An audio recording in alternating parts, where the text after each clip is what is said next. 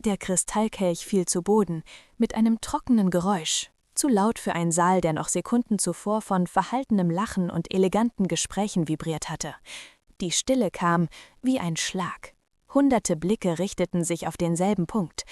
Sie, dort stehend, in der Mitte des Hauptsaals des Palastes, im goldenen Licht der Kronleuchter, in einem Kleid, das viel zu schlicht für diese Umgebung war und dennoch unmöglich zu ignorieren. Das Gemurmel begann leise. Wer hat ihr Einlass gewährt? Das ist inakzeptabel. Eine Unbekannte hier? Doch das wahre Problem war nicht ihre Anwesenheit. Es war der Name, der gerade geflüstert worden war und der niemals, unter keinen Umständen dort hätte fallen dürfen. Der Herzog von Valmont trat einen Schritt vor, der Kiefer angespannt, die Augen erfüllt von etwas zwischen Wut und Ungläubigkeit. »Wiederholen Sie das«, sagte er mit leiser, gefährlicher Stimme. Der Mann an seiner Seite zögerte. Man sagte, dass sie sei, doch er konnte nicht zu Ende sprechen, denn in diesem Moment hob sie den Kopf und es gab kein Entrinnen mehr. Der Skandal hatte bereits begonnen. Lass mich dir erzählen, was wirklich geschah. Vor jener Nacht, vor dem zerbrochenen Kristall, den anklagenden Blicken und dem drohenden Fall von Rufnamen, die über Generationen hinweg aufgebaut worden waren. Sie war unsichtbar. Ihr Name bedeutete dem Hof nichts. Elena, nur Elena, ohne einen Nachnamen, der es wert gewesen wäre, in den Korridoren des Palastes laut ausgesprochen zu werden, ohne Titel, ohne offensichtliches Erbe, ohne bekannte Vergangenheit. Sie war Wochen zuvor angekommen, als Gesellschafterin einer verwitweten Baronin, einer Frau von schwacher Gesundheit und noch schwächerem Einfluss. Vom ersten Tag an wurde Elena gemustert, bewertet und abgetan. Viel zu schlicht. Sieh dir ihre Hände an, das sind nicht die einer wahren Dame. Sie muss in aller Eile erzogen worden sein. Die anderen Frauen beobachteten sie, als wäre sie ein Fehler, ein Detail, das in einem perfekt ausgewogenen Gemälde fehl am Platz war. Und die Männer? Die Männer sahen sie nicht, oder sie gaben vor, sie nicht zu sehen. Außer einem. Graf Adrian de Lorne. Er bemerkte sie in der 3. Nacht, nicht wegen ihrer Schönheit, obwohl sie diese besaß, auf eine stille, fast gefährliche Weise, sondern wegen der Art, wie sie verweilte. Reglos, beobachtend, als wüsste sie etwas, das niemand sonst dort wusste. »Tanzen Sie nicht?« fragte er und näherte sich, ohne seine Anwesenheit zu ankündigen. Sie drehte langsam den Kopf. »Ich wurde nicht aufgefordert. Einladungen können ignoriert werden, und der Ruf kann zerstört werden«, antwortete sie mit einem leichten Lächeln. »Ich ziehe es vor, meinen unversehrt zu lassen.« Er lachte, doch etwas an dieser Antwort blieb ihm im Gedächtnis. Denn an diesem Hof war der Ruf alles. Und doch sprach sie wie jemand, der bereits nichts mehr zu verlieren hatte. Lass mich hier kurz innehalten, denn an diesem Punkt täuschen sich viele. Sie denken, in dieser Geschichte geht es um eine bescheidene junge Frau, die versucht, in der Gesellschaft aufzusteigen. Aber nein, darum ging es nie.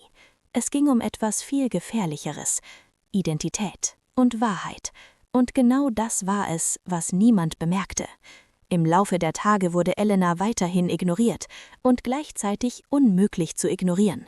Ihre Haltung strahlte eine Festigkeit, eine Eleganz, die nicht aus Unterricht oder Etikette stammte, sondern aus etwas Tieferem, etwas Gelebtem. Die anderen Damen tuschelten. Sie beobachtet zu viel. Das ist kein angemessenes Verhalten. Etwas stimmt nicht mit ihr. Und dann kam die Einladung. Der Winterball im Royalen Palast, das wichtigste Ereignis der Saison, wo Bündnisse geschlossen wurden, Ehen wurden beschlossen und der Ruf wurde gefestigt oder vernichtet. Die Baronin bestand darauf, dass Elena sie begleitete. »Du musst lernen«, sagte sie mit müder Stimme. »Diese Welt verzeiht denen nicht, die ihre Regeln nicht verstehen.« Elena nickte nur. Doch tief im Inneren lag etwas anderes in ihren Augen. Keine Angst, keine Unsicherheit, sondern Erwartung, als hätte sie gewartet, genau auf diesen Moment. Was danach geschah, veränderte alles. Der Saal war prächtig, roter Samt, Gold, das sich an den hohen Wänden spiegelte, sanfte Musik, die zwischen Marmorstollen erklang, teure Parfums vermischten sich in der Luft, und da waren sie, Herzöge, Gräfinnen, Erben, alle nicht nur in Luxus gekleidet, sondern in Stolz. Elena trat schweigend ein, und wie immer wurde sie ignoriert, bis sie es nicht mehr wurde. »Sieh an, wer sich entschieden hat zu erscheinen«, sagte Lady Beatrice, eine der einflussreichsten Figuren des Hofes. die kleine Schattin der Baronin. Ein paar verhaltene Lacher waren zu hören. »Ich hoffe, Sie wissen, dass man nichts Wertvolles anfasst«, fügte eine andere hinzu. Elena bewahrte die Haltung, doch ihre Finger klammerten sich leicht in den Stoff ihres Kleides. »Ich bin nur hier zu begleiten«, antwortete sie ruhig. »Natürlich sind Sie das«, Beatrice lächelte und neigte den Kopf. »Menschen wie Sie kommen nicht aus freien Stücken an diesen Ort. Sie kommen mit Erlaubnis.« Der Saal lachte, und in diesem Moment schien alles besiegelt. Sie war klein, unbedeutend, unwürdig. Doch es gibt ein Detail, das niemand bemerkte. Während alle lachten, lachte Graf Adrian nicht. Er beobachtete, und etwas in seinem Blick hatte sich geändert. Die Musik begann.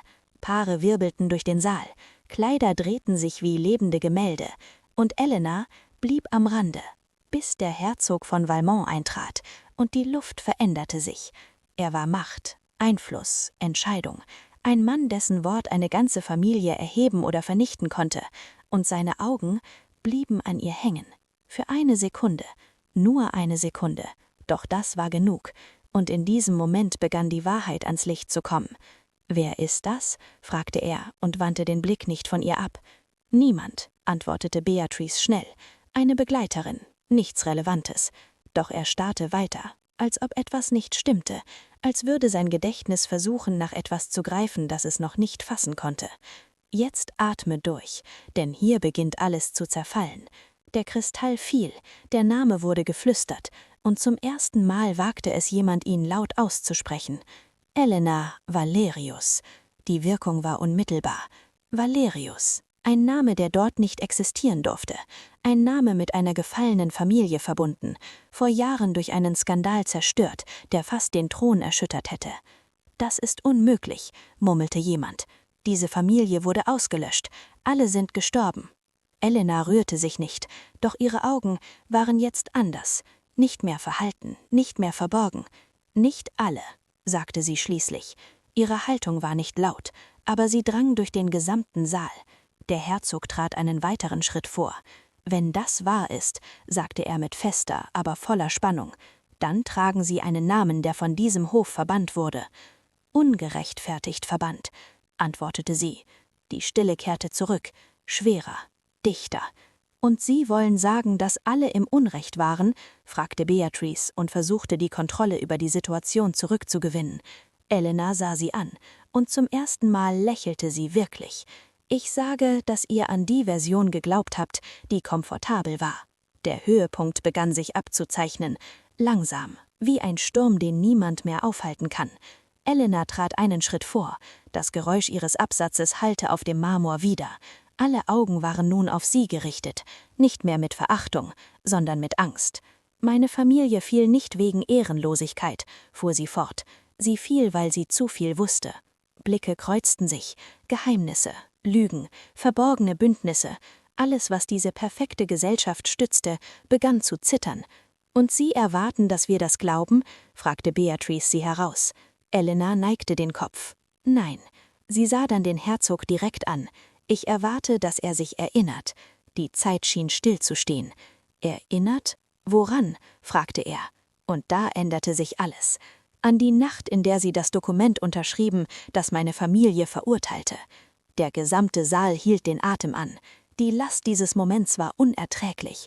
Die Kronleuchter flackerten leicht, die Musik war verstummt. Und niemand, absolut niemand wagte es zu sprechen. Der Herzog blieb reglos. Seine Augen fanden schließlich etwas. Erinnerung, Schuld. »Sie waren nur ein Kind«, murmelte er. »Und doch habe ich alles gesehen.« Die Enthüllung drehte sich nicht nur um Identität. Es ging um Wahrheit und Gerechtigkeit. Elena atmete tief durch. »Ich bin nicht zurückgekehrt, um zu zerstören«, sagte sie ruhig. »Ich bin zurückgekehrt, um zu zeigen, was ihr getan habt und wer ihr wirklich seid.« Die Stille wandelte sich, nicht mehr in Misstrauen, nicht mehr in Aburteilung, es war das Gewissen. Graf Adrian trat einen Schritt vor. »Also das alles«, sagte er und blickte sich um, »all diese Perfektion ist auf einer Lüge gebaut?« Elena sah ihn an, und zum ersten Mal lag eine Sanftheit in ihrem Blick. »Auf vielen.« Die emotionale Belohnung kam wie eine Welle. Beatrice, ehemals so imposant, war nun blass. Andere Mitglieder des Hofes schieden es, einander anzusehen.